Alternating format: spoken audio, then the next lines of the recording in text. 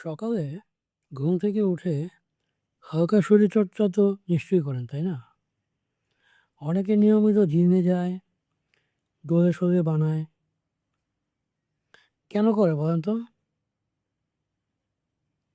নিয়মিত শরীরচর্চায় দেহ মন সব চালু থাকে। অসুখ-বিসুখের চান্স কমে যায়। অবাক হয়ে গেলেন? লেখালেখির আলাপে শরীরচর্চার কথা বলছি? না, সব কিছুরই দরকার আছে। একজন লেখকের কাছে ডায়েরি হলো তার ব্যক্তিগত শরীরচর্চা কেন্দ্র। পেশাদার লেখালেখির জগতে পা রাখার আগে এটি নিজের সৃজনশীলতাকে ঝালিয়ে নেওয়ার সবচেয়ে বড় মাধ্যম।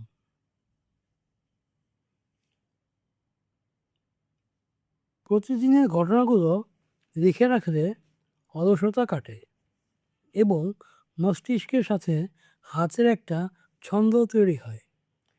ডায়েরিতে ভুল হওয়ার ভয় থাকে না, তাই রাইডার্স ব্লক বা কী লিখব ভেবে থমকে যাওয়ার সমস্যাটা দূর হয়। শুরুতে অনেক লেখকই অন্যের অনুকরণ করেন, কিন্তু ডায়েরি হলো এমন একটি জায়গা যেখানে আপনি সম্পূর্ণ নিজের মতো। এখানে আপনি আপনার মনের ভাবগুলি কোনো দ্বিধা ছাড়াই প্রকাশ করতে পারবেন। দিনের পর দিন নিজের অনুভূতিগুলো লিখতে লিখতে আপনি বুঝতে পারবেন কোন ধরনের শব্দ বা বাক্য গঠন আপনার নিজের বৈশিষ্ট্য প্রকাশ করে।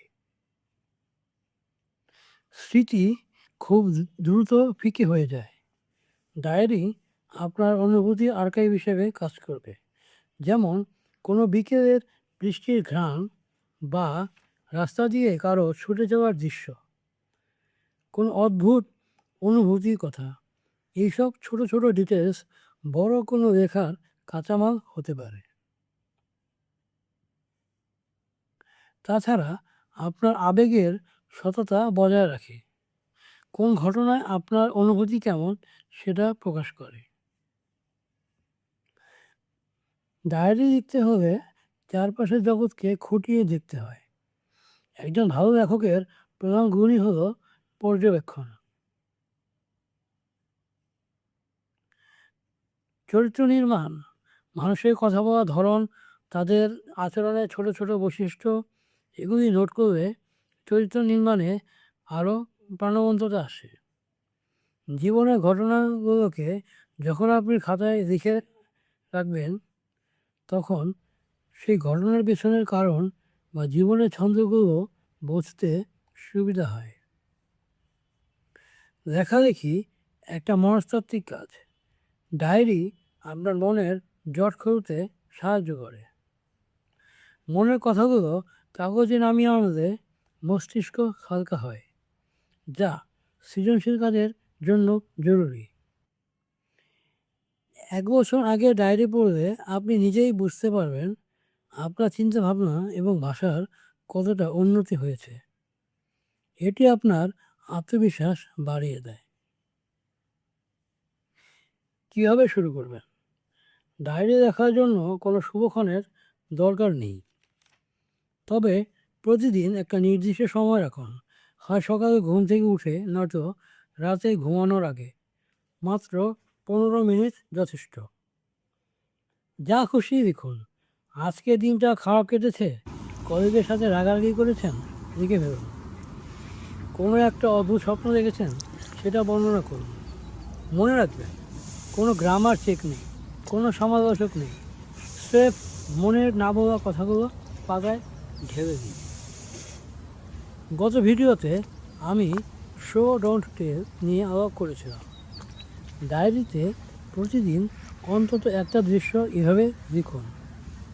ধরুন আপনি খুব রেগেছিলেন, লিখবেন না আমি রেগেছিলাম, লিখুন আমি চিবুক শক্ত করে কলমটা এত জোরে চেপে ধরলাম যে ডায়েরির পাতাটা ফুটো হয়ে গেল।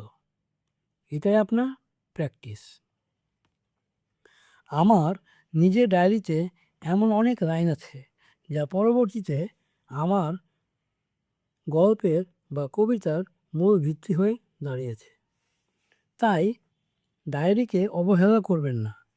এটি আপনার আগামী দিনের বইয়ের কাঁচামাল। আজকের জন্য আপনাদের একটা ছোট চ্যালেঞ্জ দিই। আজ রাতে ঘুমানোর আগে মাত্র 5টা লাইন লিখুন আপনার ডায়েরিতে। কোনো বিশাল তত্ত্ব নয়, শুধু আজকের দিনের সেরা মুহূর্তগুলোর বর্ণনা। করতে পারবেন তো? কমেন্টে আমাকে জানান। লেখালেখি কোনো অলৌকিক ক্ষমতা নয়, এটা একটা চর্চা। আর সেই চর্চার মাধ্যমে আপনি নিজেকে বিকশিত করতে পারেন। সেই চর্চার প্রথম ধাপ হলো আপনার ডায়েরি। ভিডিওটি ভালো লাগলে লাইক দিন এবং আমাদের এই ডায়েরি বা খসড়া তৈরির আড্ডায় যোগ দিতে সাবস্ক্রাইব করুন। ভালো থাকুন, স্বপ্ন নিয়ে খেলতে থাকুন। ধন্যবাদ।